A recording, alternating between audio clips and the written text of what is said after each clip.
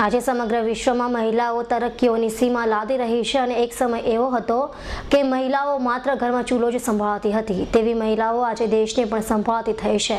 તેમ છતાં સમાજમાં કેટલીક મહિલાઓ એવી પણ છે કે જે આજે પણ જૂના રીતિ રિવાજો અને સમાજના ડરથી અત્યાચાર સહન કરી રહી છે।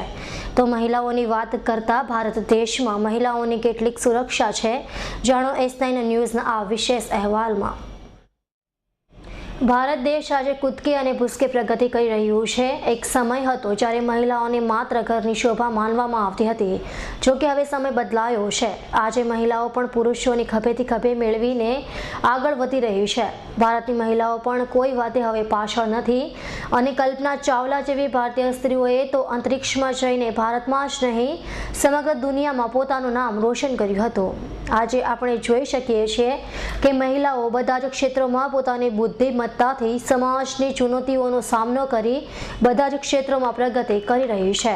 તેમ છતાં સમાજનો કેટલોક વર્ગ એવો પણ છે જ્યાં હજી પણ સ્ત્રીઓ પર અત્યાચારો થઈ રહ્યા છે અને મોટાભાગની સ્ત્રીઓ જાગૃતિના અભાવે અને સમાજના ડરના કારણે આ અત્યાચારો સહન કરે છે। શહેરમાં મહિલા તરીકે તમે કેટલી સલામતી અનુભવો છો? આમ જોવા જઈએ તો બીજા અન્ય રાજ્યોની સરખામણીમાં આપણું શહેર આમ જોઈએ તો બહેનો માટે થોડું સુરક્ષિત તો ખરું જ, કારણ કે આપણે દિન પ્રતિદિન જે દૈનિક વર્તમાનપત્રમાં જે રીતે સમાચારો આવે છે, જે રીતે સ્ત્રી અત્યાચારના ગુનાઓ બનતા જાય છે, વધતા જાય છે, તો અન્ય શહેરોમાં કે અન્ય રાજ્યમાં જે રીતે ગુનાખોરીનું પ્રમાણ અને ફરિયાદોનું જે પ્રમાણ છે અને ભોગ બનનાર દીકરીઓનું જે સંખ્યા છે, તો એના કમ્પેરિઝનમાં જો જોવા જઈએ તો આપણા શહેર એવું સુરક્ષિત કહી શકાય એવું હું માનું છું। આ સરકાર દ્વારા સલામતીના જે દાવાઓ કરવામાં આવે છે તે બાબતે આપણે શું કહેવું?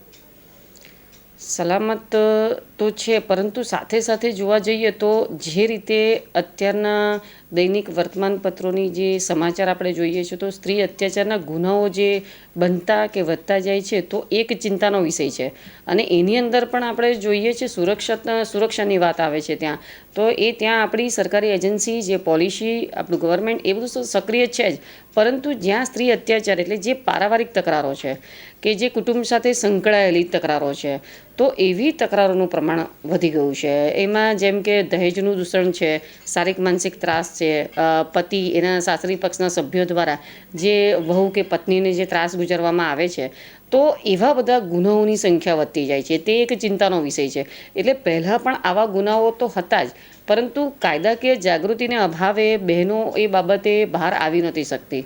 અચ્છા, આ દિલ્હીમાં 4-5 દિવસ પહેલા એક વિદેશી યુવતી પર બળાત્કારની ઘટના બની અને તાજેતરમાં અમદાવાદમાં 15 વર્ષની બાળા પર બળાત્કારની ઘટના પ્રકાશમાં આવી છે, તેના માટે જિમ્મેદાર તમે કોણ એમ કહી શકો? ખરેખર તો આવી જો ઘટનાઓ છે એ ખૂબ જ નિંદનીય છે, દુઃખનીય છે। આવી ઘટનાઓ તો બનવી જ ના જોઈએ અને ખરેખર એ બાબતે મહિલાઓને જે સુરક્ષા આપવી જોઈએ, જે રીતની કાયદાકીય સુરક્ષાની સાથે સાથે જે પોલીસ એજન્સી દ્વારા પણ સુરક્ષાઓ બનવી જોઈએ, સઘન પેટ્રોલિંગથી માંડીને ઇન્ક્વાયરી શકમંદ એવા વ્યક્તિઓ હોય, તો આ બધી વસ્તુઓ પણ એટલી જ મહત્ત્વની છે અને ખાસ કરીને ઘણા બધા પરિબળો એવા જવાબદાર કહી શકાય, કોઈ એક વ્યક્તિને અથવા તો કોઈ એક વર્ગને જવાબદાર ન માની શકાય। ધારો કે અત્યારે જે રેપ અને બળાત્કારની ઘટનાઓ જે વધતી જાય છે તો એના અનુસંધાનમાં આપણે જોઈએ છીએ કે જે રીતે બીભત્સ વિડીયો થિયેટર્સ દરેક શહેરોમાં જે ફૂલી ફાલી રહ્યા છે તો એને અટકાવવાની જરૂર છે। એવી જ રીતે કોઈ બી હિન્દી મૂવી હોય કે ઇંગ્લિશ મૂવી હોય તેમાં પણ જે રીતના સીન્સ હોય છે તો એને પણ અટકાવવાની જરૂર છે, કારણ કે માત્ર આ બધી જે ફિલ્મો છે, હિન્દી ફિલ્મો, તે એક પ્રકારનું મનોરંજન પૂરું પાડે છે, પણ એની સાથે સાથે જે સમાજમાં બીભત્સતા પીરસે છે તો એના પર નિયંત્રણ લાગવું જરૂરી છે। કારણ કે આપણે ઘણીવાર જોઈએ છીએ કે ના સેન્સર બોર્ડે પાસ કર્યું છે એટલે કશું નહીં, પણ એ વસ્તુ બી ખોટી છે। એમાં હમણાં નામદાર હાઈકોર્ટે પણ એક ઠપકો આપેલો છે અને અમુક ફિલ્મોમાંથી અમુક સીન હટાવવા માટેની પણ આદેશો આપેલા છે, એટલે એ પણ ફિલ્મો પણ કંઈક આવી અંશે એની અંદર પરિબળ એક મહત્ત્વનો ભાગ ભજવે છે। એટલે આવા ઘણા બધા પરિબળો છે। આપણે જ્યારે દીકરીનો જન્મ આપીએ છીએ, એના ઉછેર, એના સંસ્કાર, એના ભણતર, એના લગ્ન, એ તમામ સ્ટેજ ઉપર એને સુરક્ષા આપવાની તમામ સૌ કોઈની જવાબદારી છે।